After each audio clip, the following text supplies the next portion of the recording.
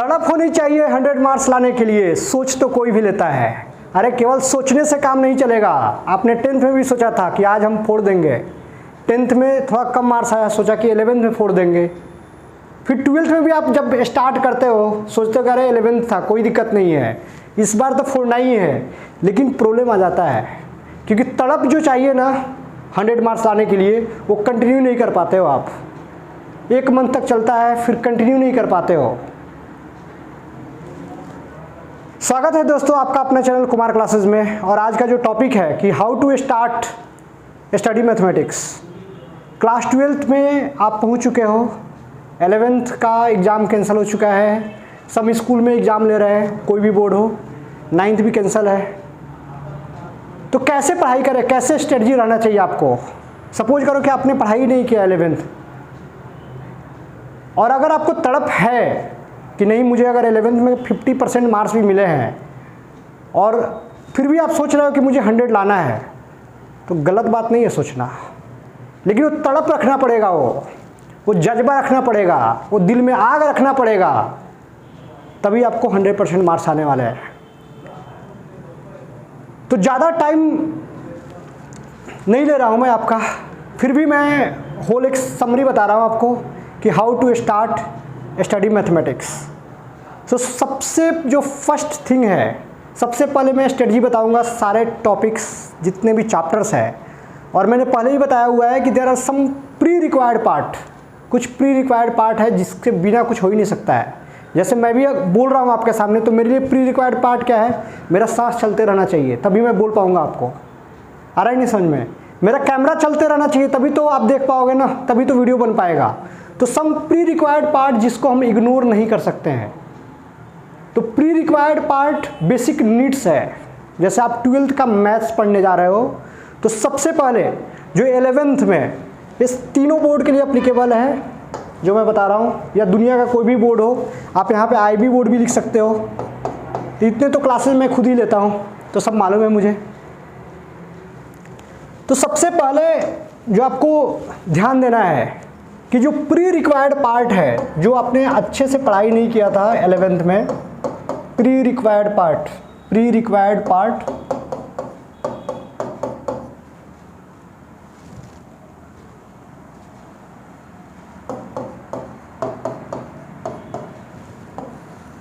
सबसे जो पहले प्री रिक्वायर्ड पार्ट है, जैसे जब भी हमें स्टार्ट करते हैं तो हम लोग क्या बोलते हैं, 9th 10th 11th 12th क्यों बोलते हैं, इसके पीछे भी लॉजिक है। क्योंकि अगर आप 10th पढ़ रहे हो तो 9th का प्री रिक्वायर्ड पार्ट चाहिए आपको, नहीं तो यहाँ पे आप 0 हो जाओगे। फिर पूरा नहीं पढ़ना है 9th का, लेकिन प्री रिक्वायर्ड पार्ट चाहिए। वैसे ही जैसे ही आपको 12th यहाँ पे मैथ्स पढ़ना है, आपको 12th मैथमेटिक्स,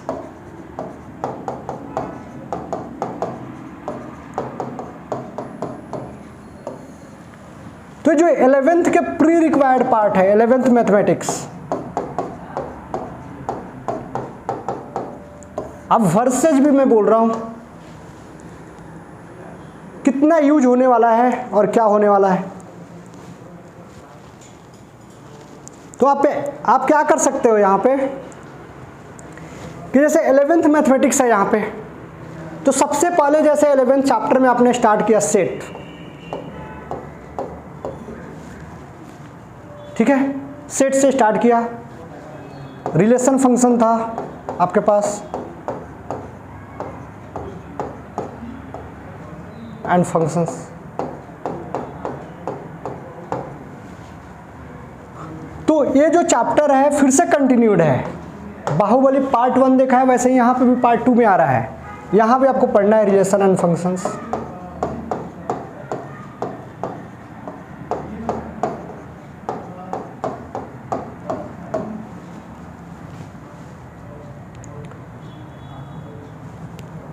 यहाँ पे आपने क्या पढ़ा था, क्वाड्रेटिक इक्वेशन।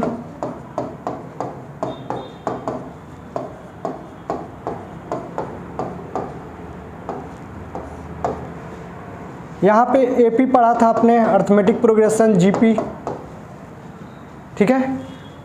यहाँ पे परम्यूटेशन कॉम्बिनेशन भी पढ़ा था आपने।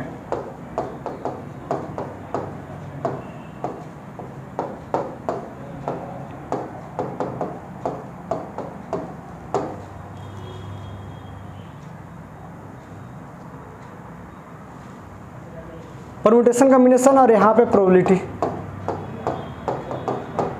अब ये तीनों चैप्टर आपको आने चाहिए, ये सेट भी आना चाहिए आपको, यहाँ पे परम्यूटेशन कॉम्बिनेशन भी आने चाहिए, यहाँ पे प्रोबेबिलिटी भी आना चाहिए। देन यहाँ पे दिया है probability chapter.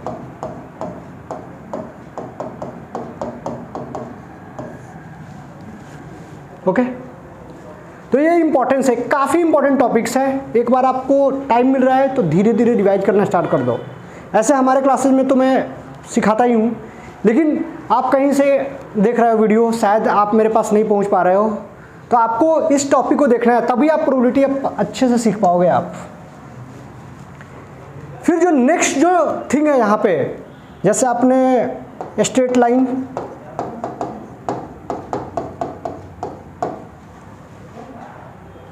Straight line, ellipse, means coordinate geometry में बोल रहा हूँ, इलिप्स, पैराबोला,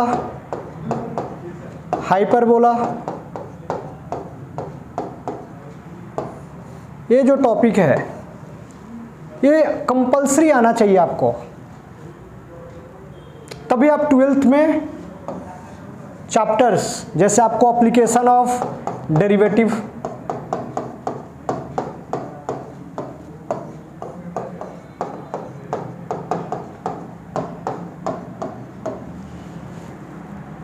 जो क्वेश्चंस है उसमें इसका यूज आएगा। जैसे स्लोप फाइंड करना है हमको, टेंजेंट फाइंड करना है, differentiation is the rate of change of one function with respect to another function, यहाँ पे आपको काम आने वाले हैं। तो ये काफ़ी प्री रिक्वायर्ड पार्ट है। उसके बाद जब आप लिमिट पढ़ते हो ना, और डेरिवेटिव तो ठीक है, हम 12th में स्टार्ट करते हैं तो एकदम प्रॉपर वे से स्टार्ट करते हैं, लेकिन अगर आपने लिमिट अच्छे से नहीं पढ़ाया 11th में, देन कंटिन्यूटी आपको समझ में नहीं आएगा। तो ऐसे है बेसिक, ठीक है। तो ये तो मैंने बताया कि 11th का जो ये पार्ट है, जैसे सपोज करो कि यहाँ पे दिया है लीनियर प्रोग्रामिंग, यहाँ पे लिखता हूँ मैं, यहाँ पे जो आप पढ़ रहे थे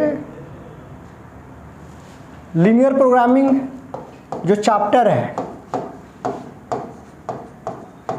लास्ट चैप्टर है क्लास 12th का, तो इसको पढ़ने के लिए लीनियर इनइक्वालिटी का यूज आएगा। लीनियर इनइक्वालिटी आना चाहिए, तभी आप लीनियर प्रोग्रामिंग पढ़ सकते हैं। तो ओवरऑल क्या है कि अभी तक अगर आप सोए हुए हो और सपने में ही देख रहे हो कि मुझे आना चाहिए 100% मार्क्स, तो अब जग जाओ, क्योंकि अगर आपने 11th में प्रॉपर पढ़ाई नहीं किया है तो इम्पॉसिबल तो नहीं है कोई भी चीज़ दुनिया में, यस और नो, लेकिन आपको जगना पड़ेगा और आग लाना पड़ेगा, वो अपने दिल में जज्बा लाना पड़ेगा, तभी सफलता मिलेगी आपको।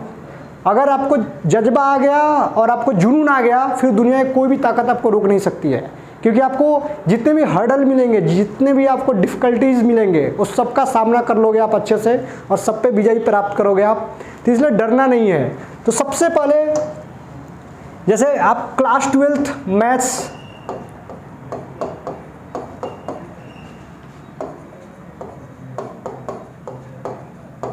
मैं एनसीईआरटी के सीक्वेंस में बता रहा हूं आपको, सीबीएसई,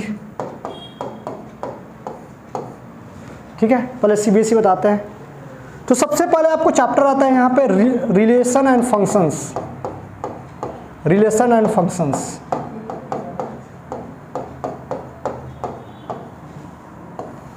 तो आपने क्लास 11th में भी पढ़ा था, फिर 12th में भी पढ़ना है आपको, आ रहा है नहीं समझ में? इसलिए काफ़ी इंपॉर्टेंट है। Extended part of 11th, extended part of 11th,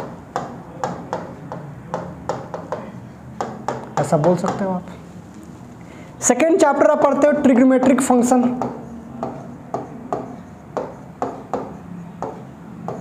जो ग्राफ फाइंड करना आपने 11th में पढ़ा था, यहाँ पे यूज आने वाला है।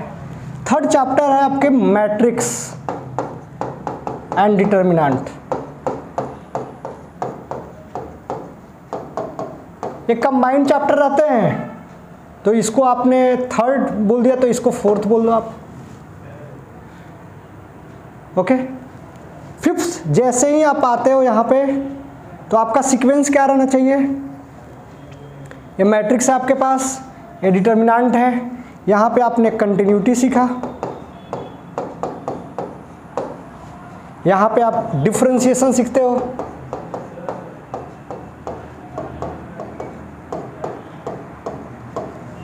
यहाँ पे एप्लीकेशन ऑफ डेरिवेटिव,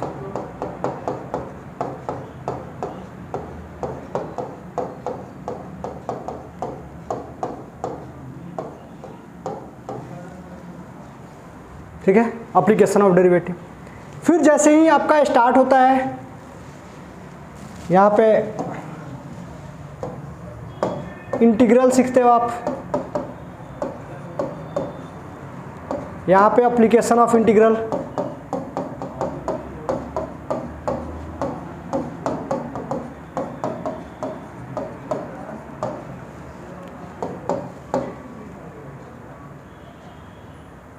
यहाँ पे डिफरेंशियल इक्वेशन,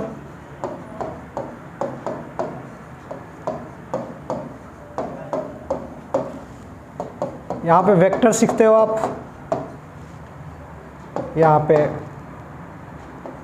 3 डायमेंशनल ज्योमेट्री सीखते हो,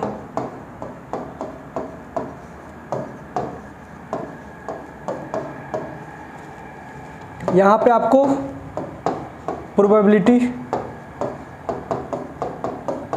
and this is linear programming.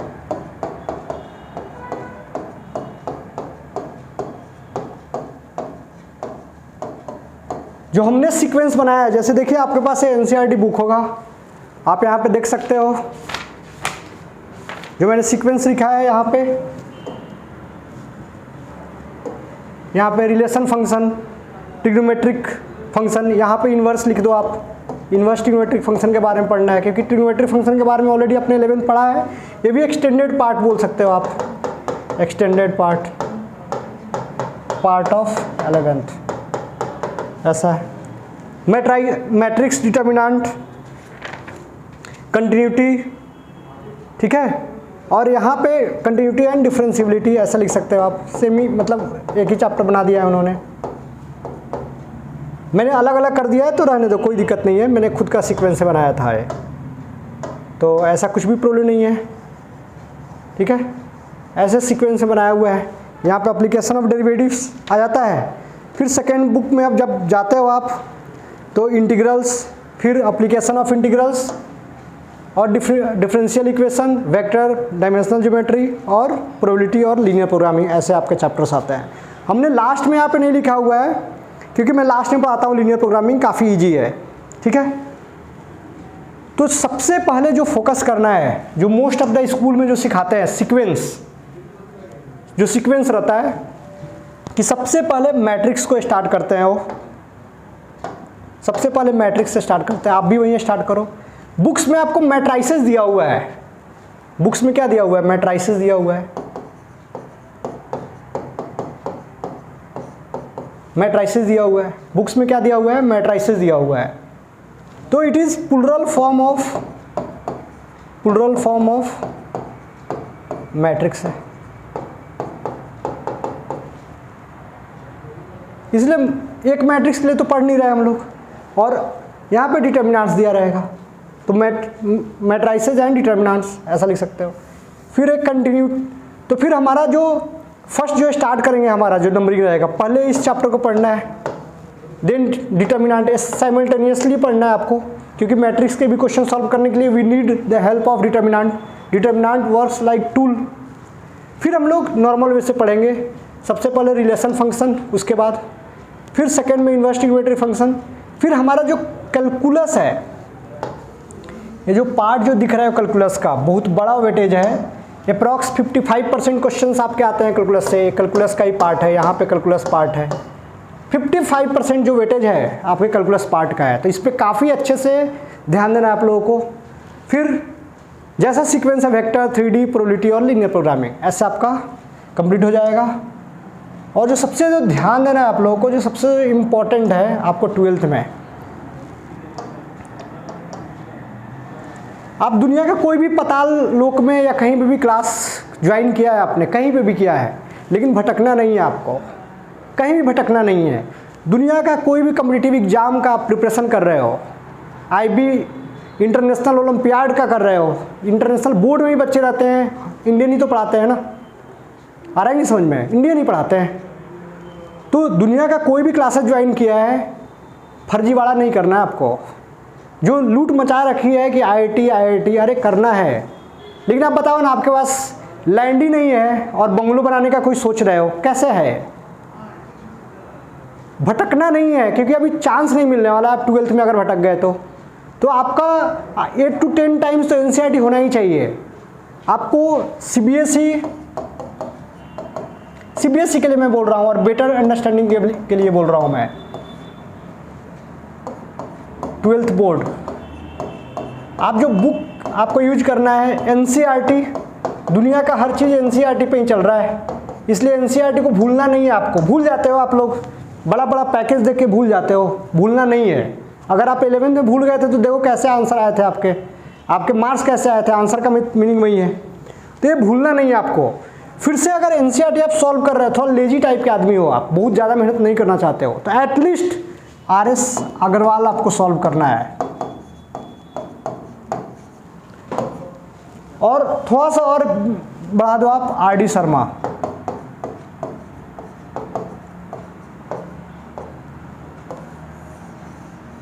इतना बुक तो आपको सॉल्व करना ही है मिनिमम जो है। उसके बाद आपके बोर्ड में काफ़ी अच्छे मार्क्स आ सकते हैं, आ रहा है ना समझ में। और जैसे ही बोर्ड का आपने अच्छे से कर लिया तो फिर ग्रिप करो आप लोग, हर टॉपिक पे ग्रिप करो, जो भी स्पेशलाइज्ड बुक है, यस और नो, उसके बाद ग्रिप करो, तो फिर आपके मार्क्स भी अच्छे आ जाएंगे। लेकिन तड़प को रोकना नहीं है। ये जो तड़प है ना, ये जो आग है, ये जो आपके अंदर जो जज्बा और जुनून जो आ रहा है, ये गायब मत होने देना। अगर आपने गायब कर लिया ना, फिर प्रॉब्लम में आ जाओगे। चलिए फिर बहुत बहुत धन्यवाद। फिर मिलते हैं हम एक नए वीडियो के साथ। और जाने से पहले मैं ये बता दूं कि अभी मैं 12th का पूरा सीरीज चालू करने वाला हूं, तो आपको एक वीडियो मिलेगा पूरा सीक्वेंस वाइज। तो अभी हमारे जो क्लासेज में चल रहा है मैट्रिक्स डिटर्मिनेंट, उसके वीडियो मिलेंगे। धन्यवाद, लाइक शेयर करते रहिए। जय हिंद।